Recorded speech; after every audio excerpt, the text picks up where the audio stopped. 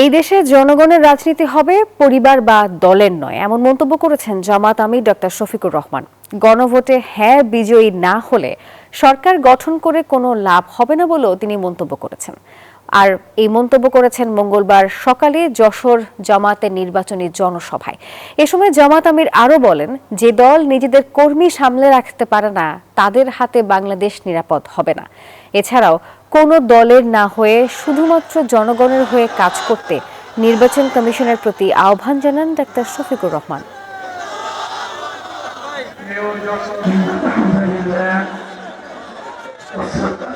আল্লাহ যদি আমাদেরকে দেশ সেবার সুযোগ দেন, যশোরকে আমরা শহরকে সিটি কর্পোরেশনে উন্নীত করব।